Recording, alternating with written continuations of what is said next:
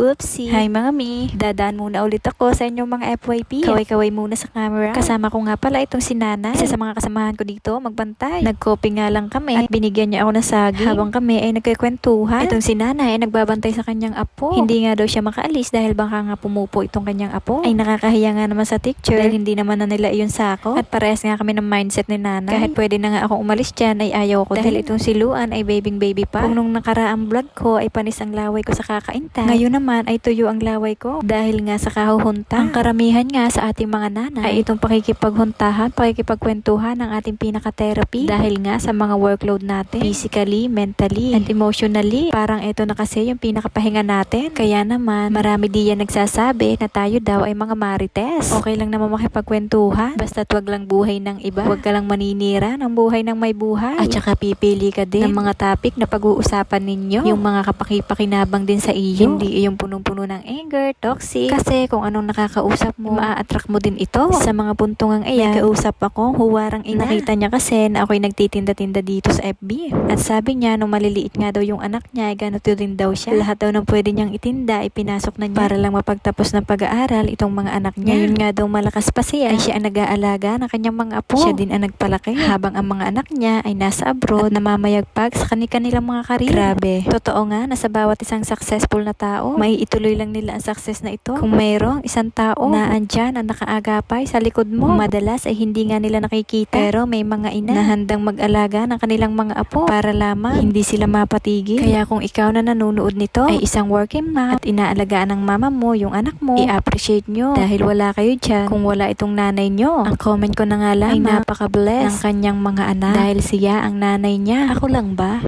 yung gustong-gustong makinig sa ganitong mga nanay o mga nanay na subok na ng panahon? Dahil ang dami kong natututunan at hindi ko alam. Bawat nakakausap ko nga ay laging humahantong sa religion ang usapan. Dahil ayon nga sa aking pagkakaintindi ay hindi naman religion ang makakapagligtas sa bawat tao o bawat kaluluwa. Palagi ko nga ayan sinasabi na tayo bilang tao at bilang buhay, ang purpose lang natin ay kilalanin ng malalim ang ating Panginoong Hesus dahil siya lamang talaga ang daan para maisalba ang ating mga kaluluwa. At kapag nga ganito ay sinasabi nila, kaya pala ganyan ka, Christian ka. Sa totoo nga lang, ay pinapasa ko palagi sa Lord ang lahat ng papuri dahil nakikita nga nila ang aking pagbabago. Pero sa sarili ko ay hindi. Ibang iba ako dati nung wala akong Lord. Masama talagang ugali ko noon. Kung minsan nga ay nakakaranas pa rin ako ng mga pang-uusig at nakakarinig ng mga masasakit na salita. Ang sabi sa akin, pabasa-basa pa daw ako ng Bible ay para rin lang namang wala daw pinagbago. Siyempre nasasaktan ako pero tinutuloy ko pa din. At ito nga realization ko, iniisip nilang dapat perfect na ako, hindi na ako makakasakit. At iniisip nga nila na kung tunay kang lingkod ng Lord, dapat nga ay makikita ito sa ating mga gawa. Kaya naman bawat pagsasabi nila sa akin ng ganito ay lalo ko naman pinag-iigihan ang aking pag-aaral sa Lord. Dahil ito nga at kinokorek nila ako. Imbis nga na ako'y magalit, ay itinuturing ko itong correction. Sa ating buhay nga, marami tayong makakaharap at makakausap na mayroon at mayroong kapintasan. Pero hindi naman lahat ay kapintasan. I'm sure na mayroon din itong tinatagong kabutihan. Sabi nga ay kung ayaw mo nga daw magkasala, ay puro kabutihan at magagandang bagay ang tingnan mo sa kanya. Huwag mong tingnan ang masasama. Tayo bilang tao ay malaya tayong makapili ng i-absorb natin sa ating buhay. Piliin natin ang palaging mabuti at palaging ikakabuti natin at ng ating pamilya. Huwag mong i-absorb yung pangit mong nakikita. I-sort mo lang lahat ng mabubuti. Nang sa ganon ay maging better person tayo. Nang sa ganon habang tayo natanda ay nagko-grow din ang ating mga mindset. Eto nga at uwian na at wala pa itong si lolo at si daddy niya. Kaya naman kami ay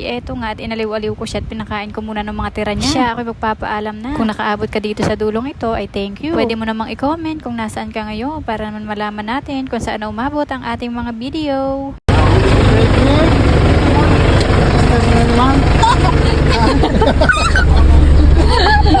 Salamat sa panonood. Bye. God bless.